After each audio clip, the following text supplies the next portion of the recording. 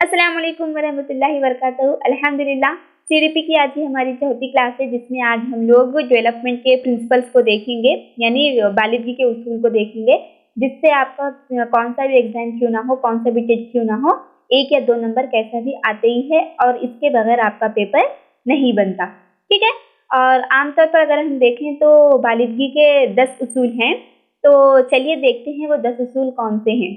और वीडियो को शुरू करने से पहले मैं आप सभी से अदबन गुजारिश करती हूँ कि मैं आप लोगों के लिए इतनी मेहनत से वीडियो बना रही, तो आप लोग का भी फ़र्ज़ बनता कि अगर आपको वीडियो पसंद आ रही हो तो लाइक कर दीजिए और इसकी लिंक को आपके फ्रेंड्स में शेयर करिए और मेरे चैनल को सब्सक्राइब भी कर लीजिए।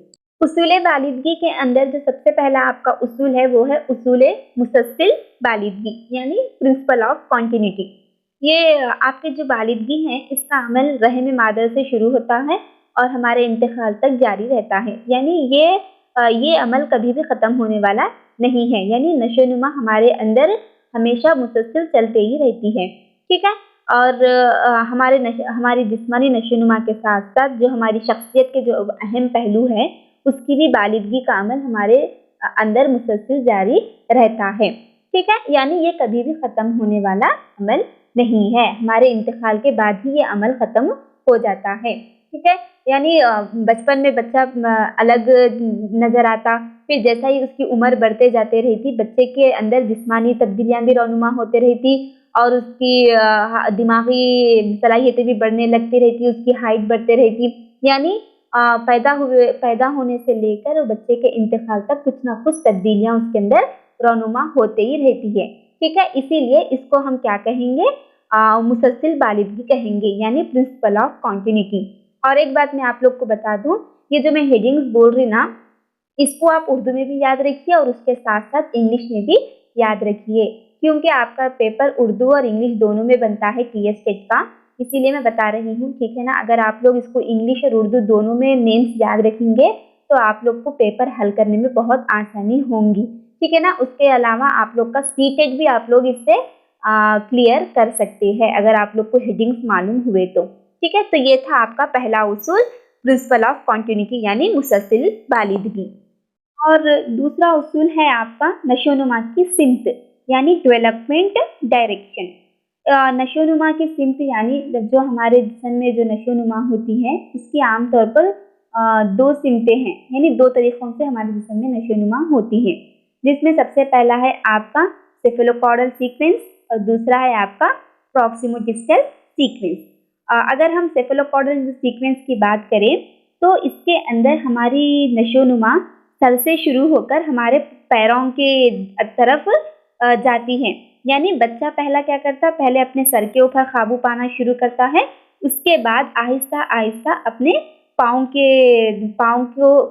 के ऊपर अपने काबू पाना शुरू करता है। जैसा कि आपको यहाँ पर स्क्रीन पर इस तस्वीर में नज़र आ रहा भी होगा, यानी जो ये एरो मार्क्स दिख रहे हैं आपको, इसके अंदर साफ नज़र आ रहा कि पहला हमारा अमल, इसकी नशोनुमा कहाँ से शुरू होती है, सर से शुरू होती है, यानी पहला बच्चा सर के ऊपर काबू पाना शुरू करता है, उसके आँखों के ऊपर काबू पाना शुरू करता है वो, उसके बाद आहिस्ता आहिस्ता आहिस्ता होते हुए वो नीचे सीधा अपने पैरों के ऊपर काबू पाना शुरू करता है। ठीक है ना? तो ये है आपका सेफेलोकॉर्डल सीक्वेंस, यानी इसके अंदर नशोनुमा की जो सिमत है वो सर से नीचे के जानिब आती है। इसे बहुत अच्छे से याद रख लीजिए, इस प्रिंसिपल से बहुत बार आपका सवाल पूछा गया है।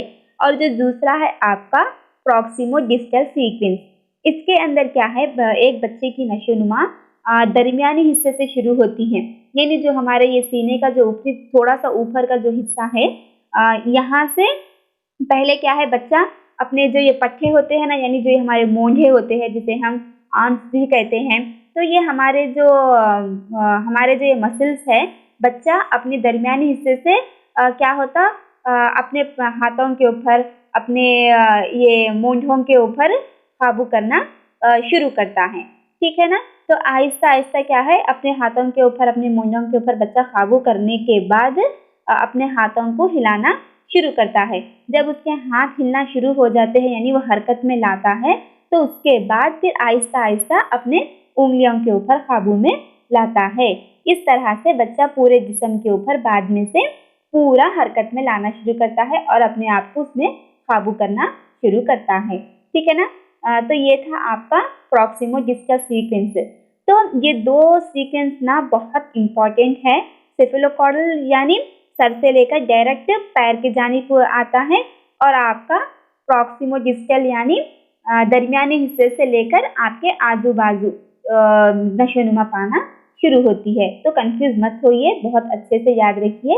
इससे कई बार सवाल पूछा गया है, यानी डायरेक्ट सवाल पूछा गया है।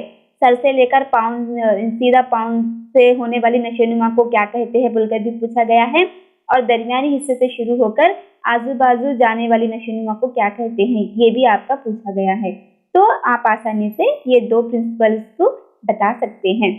तो इन दो डायरेक्शन से आपकी जिस्म के अंदर नशोनुमा होती है। जो आपकी तीसरा उसूल है वो है आपका तर्ज बालिदगी उसूल एकसां, यानी यूनिफॉर्मिटी ऑफ पैटर्न। इसको हम फिक्स्ड पैटर्न भी कहते हैं। ठीक है ना। ये उसूल भी बहुत इम्पोर्टेंट है। इसके अंदर क्या है, बालिदगी की जो शरह है हर बच्चे के अंदर एक ही किस्म की पाई जाती है, यानी हर बच्चे के अंदर एकसानियत पाई जाती है उनकी नशोनुमा के अंदर।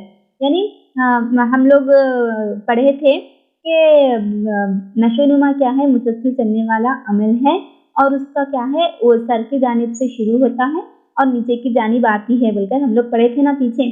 तो सेम यहाँ पर भी सिर्फ ये एक ही बच्चे के अंदर नहीं होता ऐसा, बल्कि अब जितने भी दुनिया में जितने भी बच्चे मौजूद हैं हर बच्चे के अंदर उनकी जो नशोनुमा है सबका तरीका सेम होता है। यानी सर के जानिब से उनकी बालिदगी की नशोनुमा शुरू होती है और नीचे के जानिब बढ़ती है। उसके बाद बच्चे अपने हाथ पाँव के ऊपर हरकत करना शुरू करते हैं, फिर बातचीत में उनकी सलाहियत बढ़ना शुरू हो जाती है।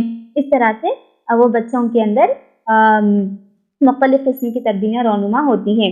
ये हर बच्चे के अंदर सेम तरीके से होती हैं, लेकिन इतना है कि किसी बच्चे के अंदर जल्दी सलाहियतें बढ़ना शुरू होती है तो किसी बच्चे के अंदर देर से सलाहियतें बढ़ना शुरू होती है, लेकिन तरीका तो क्या है, सेम वही होता है। सीक्वेंस से ये जाता है और ये क्या है, फिक्स्ड पैटर्न है, इसके अंदर कोई भी तब्दीली नहीं कर सकते।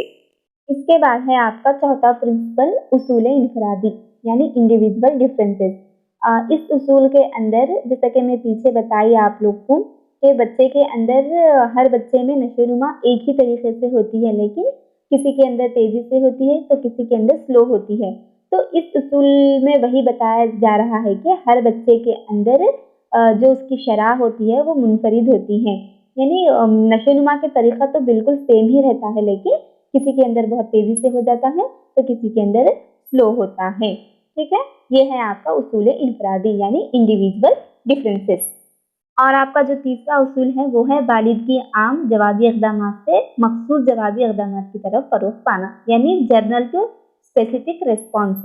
इस उसूल के अंदर बच्चा क्या है, बच्चे के अंदर पहले नशोनुमा क्या है, आम हरकत की तरफ पहले फरोग़ पाती है, उसके बाद एक मखसूस हरकत की तरफ फरोग़ पाती है। यानी पहले बच्चे के जिस्म में आम हरकतें पहले फरोग़ पाना शुरू हो जाती हैं। जैसे कि मिसाल के तौर पर पहला जब बच्चा छोटा होता है तो उस वक्त क्या करता है, जब बच्चे को रोना आए तो वो बच्चे क्या करते हैं, अपने सारे जिस्म को हिलाते, यानी रोने के साथ साथ उसके आँखों से आंसू निकलने के साथ साथ वो अपने हाथों को भी हिलाना शुरू करता है, अपने पैरों को भी ज़मीन पर मारता है और अपने पूरे जिस्म को हिलाता है, यानी पूरे जिस्म को भी इस्तेमाल करते हुए वो रोता है। ये क्या है, उसकी ये आम हरकत है जो कि हर बच्चे में ये पाई जाती है ये। ठीक है, इसके बाद आहिस्ता आहिस्ता क्या होता है, बच्चे के अंदर एक मखसूस हरकत भी फरोग़ पाना शुरू हो जाती है। यानी जब बच्चा पहले रोते वक्त पूरे जिस्म को हिलाता था और बाद में से जब उसके अंदर सलाहियतें बढ़ना शुरू होती है तो वही बच्चा क्या करता, रोते वक्त अगर उसको रोना आया हो तो सिर्फ उसके आँखों से आंसू निकालता वो, यानी वो अपने हाथ और पैरों का इस्तेमाल नहीं करता, यानी वो अपने जिस्म को नहीं हिलाता बल्कि सिर्फ अपने आँखों से आंसू निकालता है।